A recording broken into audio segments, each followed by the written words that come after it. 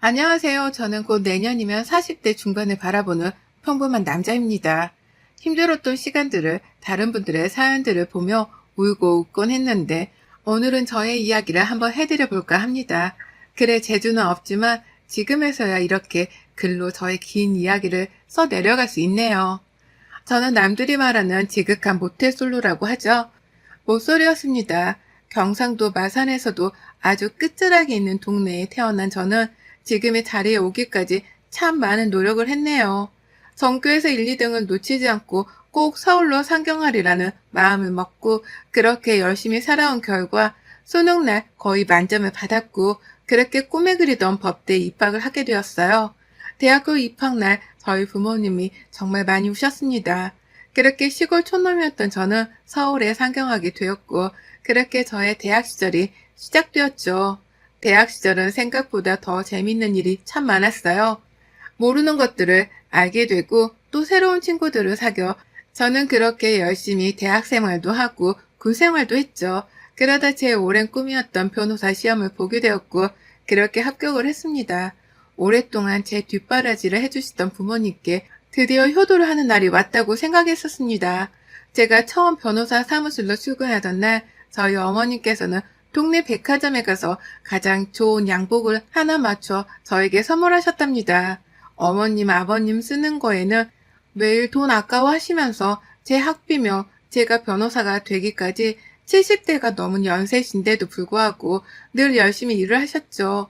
어떻게든 빨리 돈을 모아서 집을 사서 부모님을 모시고자 그렇게 밤낮 없이 열심히 일을 했던 기억이 나네요.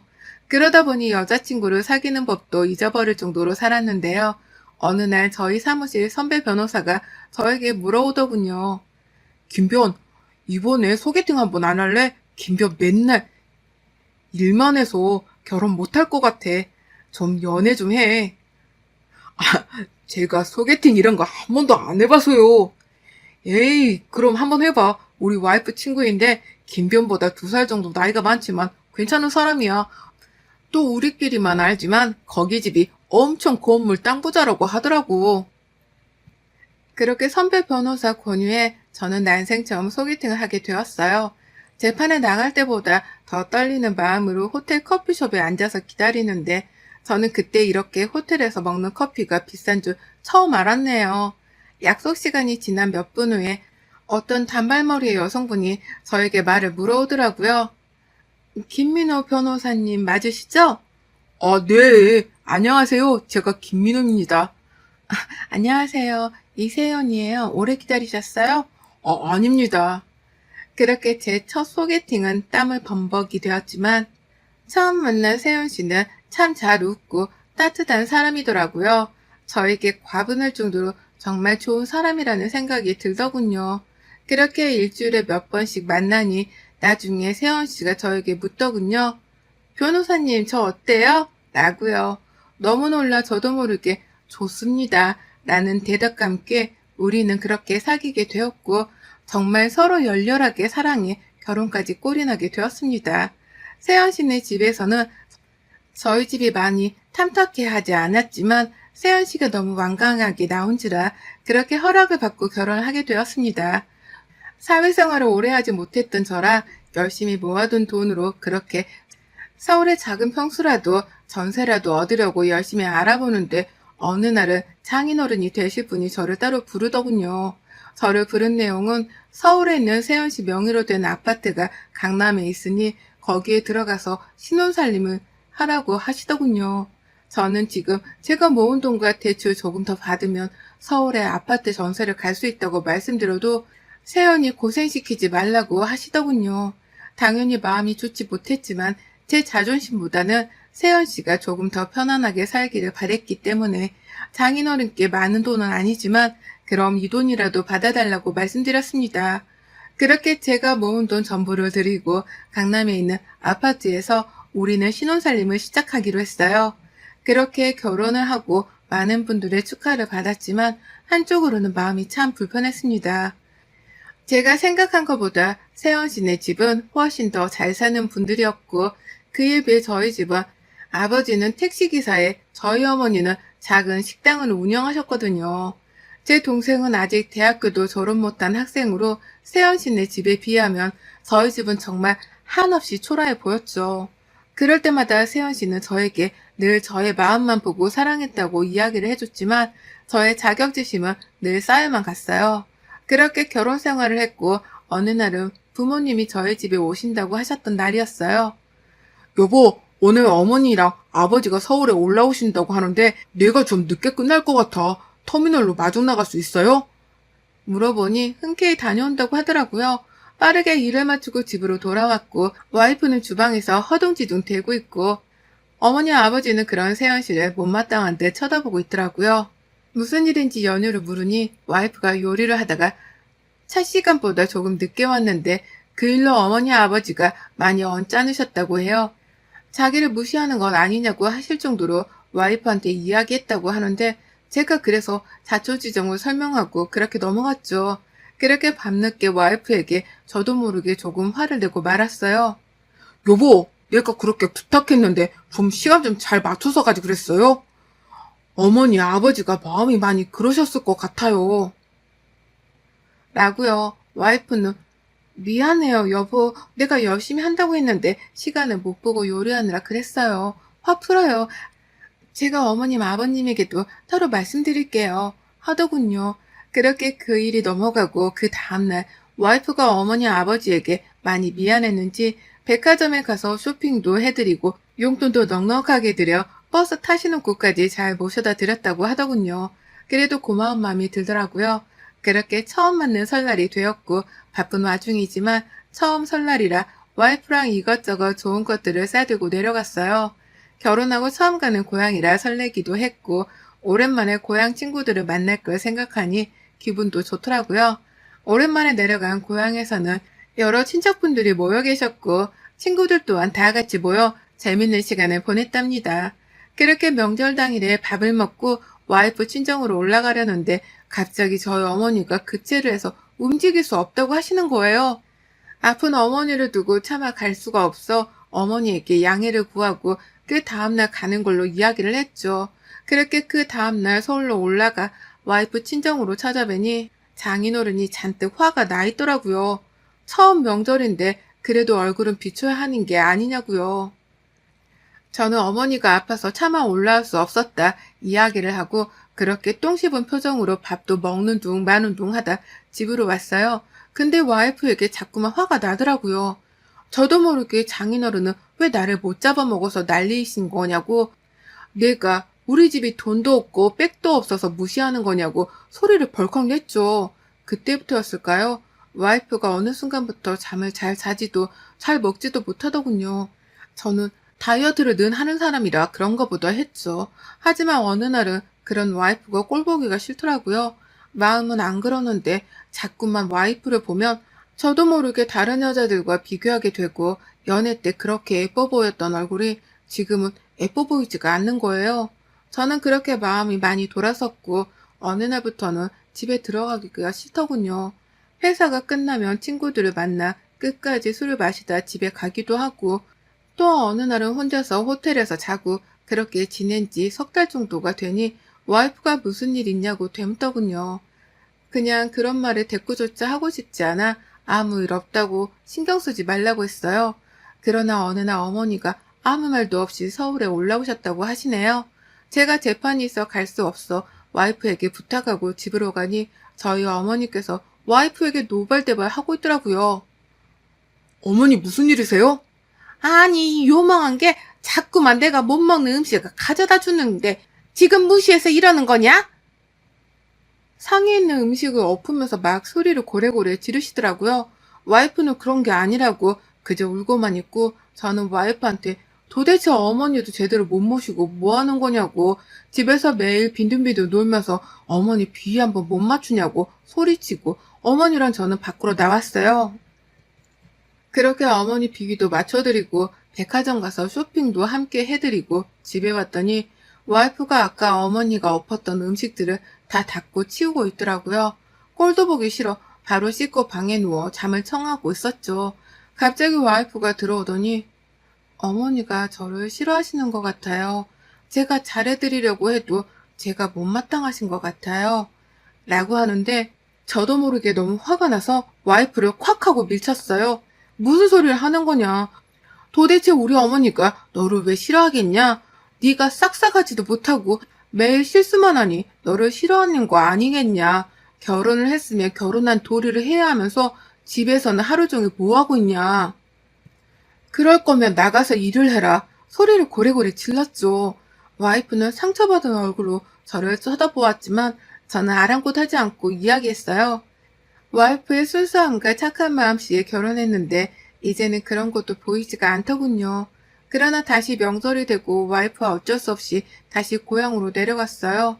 기다리시는 부모님을 실망시키기가 싫어 내려갔습니다. 그렇게 또 명절 당일이 되고 올라가려는데 어머니가 이번에는 머리가 아파서 도저히 일어나기가 어렵다고 하시더군요. 저는 또 그 길로 와이프한테 어머니가 아프니 오늘 친정 가기는 어려울 것 같아 내일 가자고 말하니 알겠다고 하더군요. 같이 있기가 불편할 것 같아 어머니랑 아버지를 모시고 외출했다 돌아왔는데 와이프가 침대에 누워 있었습니다. 어머니가 와이프한테 아니 쟤는 도대체 왜 잠만 잔대냐 빨리 일어나서 저녁하라고 해라 라고 하시길래 와이프를 깨웠죠. 아무리 깨워도 일어나지 않길래 이상해서 머리를 만졌는데 머리가 불덩이 같더군요. 여보 왜 그래 여보. 계속 소리를 지르는데도 일어나지 못해 그대로 근처 가까운 병원으로 달려가니 병원에서 영양실조에 과로로 쓰러진 것 같다고 하더군요. 요즘 영양실조가 많이 없는데 왜 그러나 싶었죠. 그렇게 와이프는 정신을 좀 차렸고 병원에서는 초음파상에 이상 소견이 보이는 것 같아 큰 병원으로 가보라고 하더군요. 올라가자마자 큰 병원에서 검사를 하니 와이프가 유방암이라고 하네요. 그 자리에서 얼마나 펑펑 울었던지 정말 그날은 지금도 제 인생에서 잊지 못할 날이 아니었나 싶을 정도로 정말 많이 울었습니다. 와이프는 괜찮다며 저에게 수술하면 나을 거니 걱정하지 말라고 말을 하지만 저는 와이프에게 아무 말도 할 수가 없었어요. 수술 날짜를 잡고 집에 와서 와이프의 짐을 싸고 병원으로 다시 가서 저도 잠을 청하려는데 와이프 핸드폰에 문자 소리가 들리더군요. 원래 핸드폰을 잘 보지는 않지만 그날따라 꼭 와이프 핸드폰을 보고 싶더군요. 그 핸드폰을 보고 난 뒤 저는 그 자리에 서서 아무 말도 할 수가 없었습니다. 그 문자의 주인공은 바로 저희 어머니였기 때문이죠. 근데 그 내용은 내가 아는 우리 어머니가 맞나 싶을 정도였어요.